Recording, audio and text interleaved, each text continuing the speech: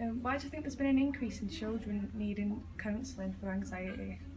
Well, at Anxiety UK, we've seen a definite rise in the number of young people and parents that are coming to us to seek advice and information about anxiety, stress, and anxiety-based depression.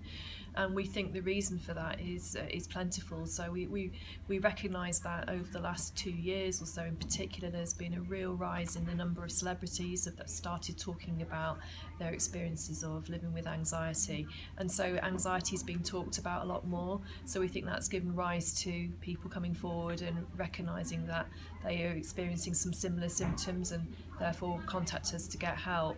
But also we think the pressures of life are affecting young people, and in particular the digital era in which we live, the social media technology is impacting on young people in the sense that they're finding it difficult to switch off. I think it's because people are more open to talking about the feelings. Is that why there's been an increase? Because before they used to be silent about it. Yeah, I think most definitely anxiety is at the acceptable end of the mental health spectrum, so people feel less stigma when talking about anxiety than perhaps they might do if they were suffering with a mental health problem, say such as schizophrenia.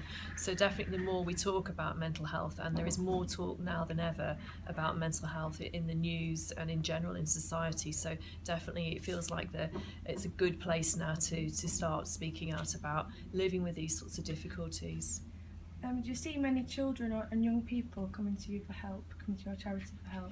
We do see a lot of young people coming to Anxiety UK requesting help with anxiety or anxiety-based depression, and typically that's because they've either read an article and what they've seen has resonated with their own experiences, and so they've thought that they've finally found a place, if you like, to go for help. But often it's because they've also been to the NHS and found that there are very long and lengthy waiting lists, and so they'd rather get prompt treatment outside of the NHS, and so their parents and family members will support them to do that through Anxiety UK.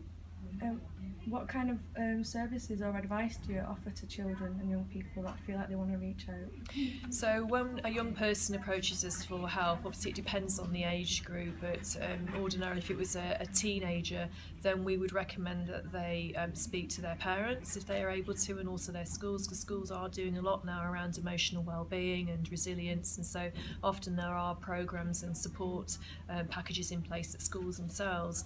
But if there isn't, the young person can access a course of cognitive behavioural therapy, which is a structured talking therapy approach which helps people examine unhelpful thinking patterns.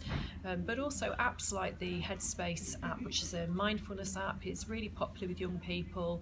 It's something that you can practice mindfulness with the app in pretty much any situation, unless you're driving a car or operating machinery. So it's something that is accessible to young people, and it's digital, so it's on the phone. You know, most young people have their phones with them all the time, so it's a good technique to use.